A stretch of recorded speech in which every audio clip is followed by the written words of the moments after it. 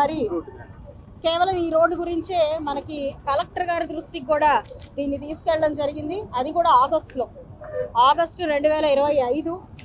ఇంకా ముందు నుంచి కూడా మరి సెప్టెంబర్లో ఇంజనీరింగ్ డిపార్ట్మెంట్ వాళ్ళకి, అదేవిధంగా గౌరవ సిఎస్ గారికి ఇలాగా పలుమార్లు పెద్ద ఉన్నతాధికారులు అందరి దృష్టికి, కమిషనర్ గారి దృష్టికి, లేదా పర్సనల్గా ఆయన్ని కలిసినప్పుడు కూడా పదే ఆర్ఎండ్బి రోడ్డు గురించి ప్రస్తావించడం జరిగింది. ఆర్ఎండ్బి డిపార్ట్మెంట్ వాళ్ళతో రివ్యూ ఏర్పాటు చేసుకొని కూడా ఈ రోడ్డు గురించి అడగడం జరిగింది. ఎవరు పట్టించుకోని పరిస్థితి ఏర్పడినప్పుడు ఈరోజు పాట్ ఫిల్లింగ్ కూడా నోచుకోలేకపోతున్నందుకు ఈ రోడ్డు మేమే స్వయంగా బరిలోకి దిగాల్సి వచ్చింది. మరి నిత్యం ప్రజలు దీని మీద ఎన్నో రకాలైన కమెంట్లు వేస్తున్నారు.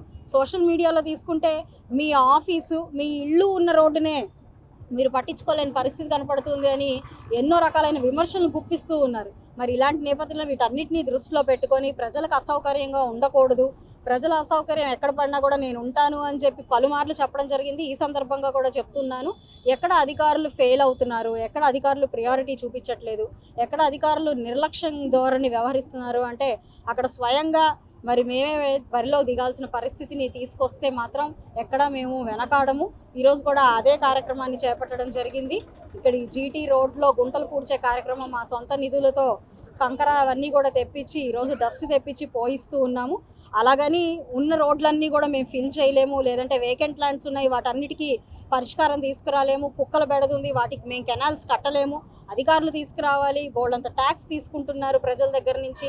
చాలా కార్పొరేషన్ సెల్ఫ్ సఫిషియెంట్ కార్పొరేషన్ మన గుంటూరు కార్పొరేషను. కేవలం పాట్ హోల్ ఫిల్ చేయడానికి కూడా డబ్బులు లేకుండా నిర్లక్ష్యం వహిస్తున్నారు అంటే అది మరి బాధాకరమైన విషయమే.